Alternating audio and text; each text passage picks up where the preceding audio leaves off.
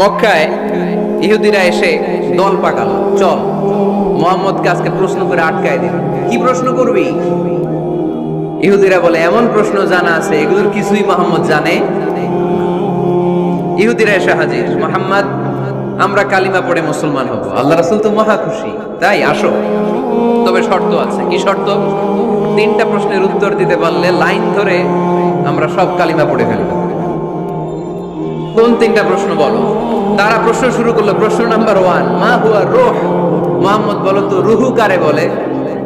রুহু কি? রুহু কাকে বলে? এই ক্যামেরাম্যান, এই তোমার কি? বসো মিয়া, এখনো ভদ্রতা শিখো নাই।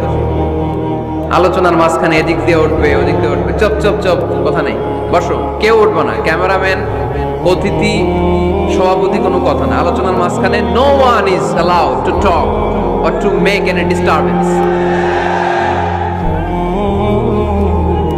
প্রশ্ন নাম্বার 1, মা হুয়া রূহ। মুহাম্মদ বলো রুহু কারে বলে?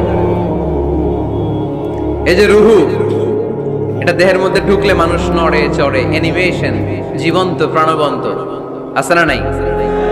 এটা যখন চলে যায় আর লড়ে আর নড়ে চড়ে। 2 কান্দে ছিল যে তোমারে 2 জনা পাহারা, তোমারে একলা থইয়া পালাইছে তাহারা। তোমার 8 কুঠুরি 9 দরজা বন্ধ এবার হলো রে, হলো মুখে আল্লাহ রসুল সবে বলো। দুয়ারে আইসাছে পালকি, নাই হরি গাও তোলো রে, তোলো মুখে আল্লাহ রসুল সবে বলো। ও মুখে আল্লাহ রসুল সবে বলো। ঠিক না? আমাদেরকে একলা ফেলে যখন রুহু চলে যায়, দেখে কোনো নাড়াচাড়া নাই। ইহুদিরা বলল প্রথম প্রশ্ন রুহু কারে বলে বলো। 2 নাম্বার প্রশ্ন, মান হুম আসহাবুল কাহাফ। আসহাবে কাহাফ সম্পর্কে কি জানো? কি জানো বলো। গুহাবাসী, গুহাবাসীদের সম্পর্কে কি জানো? অনেক আগে তারা এসেছিল পৃথিবীতে। 3 নাম্বার প্রশ্ন, মান হুয়া যুলকারনাইন। যুলকারনাইন সম্পর্কে কি জানো বলো। প্রশ্ন কয়টা? প্রথম প্রশ্ন কি সম্পর্কে? রূহ। দ্বিতীয় প্রশ্ন আসহাবে কাহাফ। তৃতীয় প্রশ্ন যুলকারনাইন। আল্লাহ রাসূল সাল্লাল্লাহু আলাইহি ওয়াসাল্লাম বললেন গাদান উজিবুকুম। তাফসীর ইবনে কাসিরে এসেছে, তিনি উত্তর দিলেন গাদান উজিবুকুম, আই উইল আনসার টুমরো। আগামীকাল উত্তর দিব। কারণ জানেন না তো কি করে বলবেন, আর না জানলে উনি বানায় কিছু বলেন। কারণ কোরআন তো পরিচয় দিয়েই দিল, তিনি মন গড়া কখনো কিছু বলেন। আগামীকাল উত্তর দিব। ওরা আগামীকাল উত্তরের জন্য হাজির, কিন্তু ওহী আসে নাই, উনি বলতেও পারে না।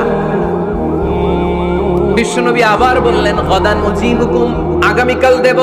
তারপরের দিন ইহুদিরা এসে হাজির, বিশ্বনবী উত্তর করতে পারেন না। বিশ্বনবী আবার বললেন গাদান উজিবুকুম, আগামীকাল বলে দেব।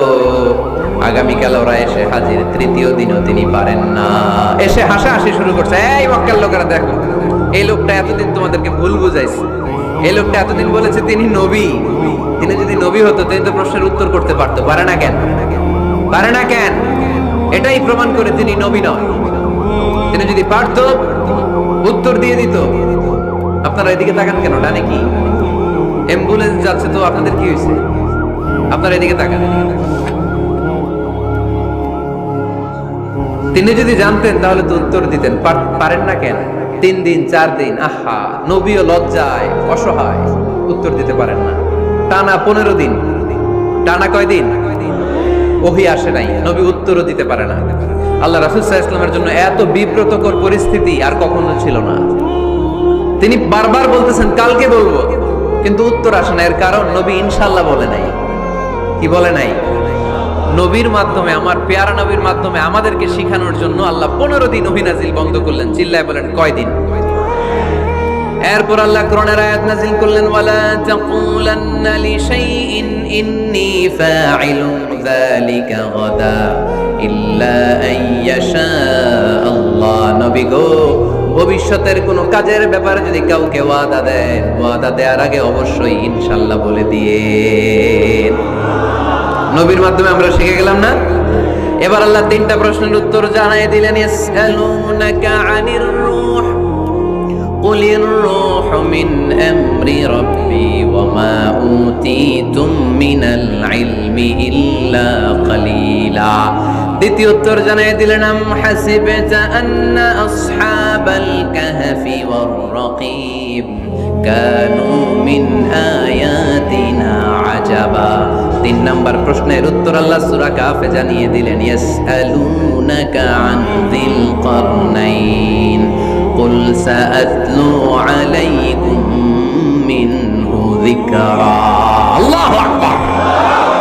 এবার নবী দাঁড়িয়ে গেলেন, বললেন কার কার উত্তর লাগবে আসো। রূহ হলো আল্লাহর আদেশ, আল্লাহর আদেশে ঢুকে আর আল্লাহর আদেশে বের হয়। আসহাবে কাফের 7 জন ছেলে ছিল, গুহার মধ্যে আল্লাহর ভয়ে ঢুকেছে। 309 বছর পরে আল্লাহ তাদেরকে আবার ঘুম থেকে জাগিয়েছে। যুলকারনাইন এমন একজন বাদশা, গোটা বিশ্বকে শাসন করেছে, তার শাসন ক্ষমতার কোনো কমতি ছিল না। সুবহানাল্লাহ, সুবহানাল্লাহ। তাহলে আমার নবী মন গড়া কথা বলে, তাই না? মন গড়া বলে? He was guided by wahi, he was guided by revelation. ওনার কাছে ওহী না আসলে, ওহী না নামলে তিনি কখনো কোনো কথা বলে। তাহলে আমার নবীর 4 নাম্বার পরিচয়, তিনি মন গড়া বলে না, জেনে শুনে ওহী প্রাপ্ত হয়ে বলে। সুবহানাল্লাহ পড়েন।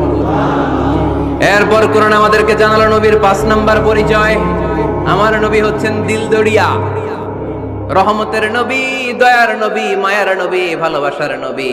আমার নবীর ভালোবাসার কমতি নাই। তিনি হলেন রাহমাতাল লিল আলামিন। তিনি কি? প্রথমে তিনি ছিলেন রাসূলুল্লাহ, তারপর তিনি শেষ নবী, তারপর তিনি মানুষ ছিলেন, তারপর তিনি আন্দাজে মন গড়া কিছু বলেন না। 5 নম্বরে কোরআন বলল তিনি রাহমাতাল লিল আলামিন। তিনি কি? আরো জোরে বলেন, সবাই বলেন। মুখস্থ হয়েছে? পরিচয় দিতে পারবেন না নবীর? তিনি কি? রাহমাতাল লিল আলামিন। ইন্ডিয়ান নায়িকাদের নাম তো খুব মুখস্থ। ক্যাটরিনা কাইফ, কি কঠিন নাম, আমার দাঁত ভেঙে যায়, পোলাপান কয়ে ফেলায়, ছোট্ট বাচ্চা। ক্যাটরিনা কাইফ, সালমান খান, আমির খান, অমিতাভ বচ্চন, কি কঠিন নাম, এগুলো মুখস্থ। রাহমাতাল লিল আলামিন বেরোয় না মুখ দিয়া। আওয়াজ করে বলেন রাহমাতাল লিল আলামিন। 5 নম্বরে কোরআন বিশ্বনবী